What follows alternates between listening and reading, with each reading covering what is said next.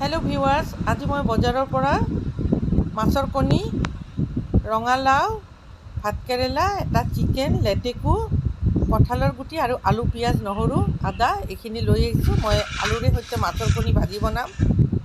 এতিয়া মই মাছৰ কণীখিনি অলপ পানীৰে সৈতে আৰু অলপ হালধি দি বইল কৰি লৈছোঁ। এয়া মোৰ বইল হৈ গৈছে। এতিয়া মই অলপ আলু দুখৰ দুখৰকৈ কাটি লৈছোঁ। এয়া চাওক, মোৰ আলুখিনি কাটা হৈ গৈছে।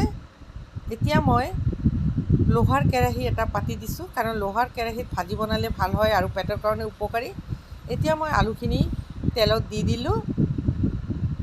আলুখিনি মই অলপ ৰঙচুৱাকৈ ভাজিম, তাৰপিছত মই কণীখিনি দি দিম ইয়াতে।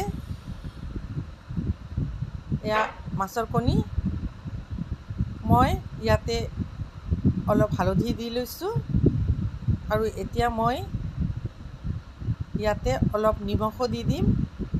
নিমখ দি দিলোঁ আৰু এতিয়া মই অলপ ৰঙচুৱাকৈ ভাজিম আলুখিনি। আপোনালোকে কেতিয়াবা এনেকৈ বনাই পাইছেনে? আলুৰে সৈতে মাছৰ কণী বনাবচোন, বহুত ভাল লাগে। মোৰ মায়ে প্ৰায়ে বনাইছিল আৰু মই বহুত ভাল পাওঁ। মই আলুখিনিত মাছৰ কণী দি দিছোঁ। এতিয়া মোৰ ভাজি প্ৰায় শেষেই বনোৱা। চাওক ভাজিখিনি কিমান ধুনীয়া হৈছে। মোৰ ভিডিঅ'টো যদি ভাল লাগিছে, লাইক আৰু এটা শ্বেয়াৰ কৰি দিবলৈ নাপাহৰিব।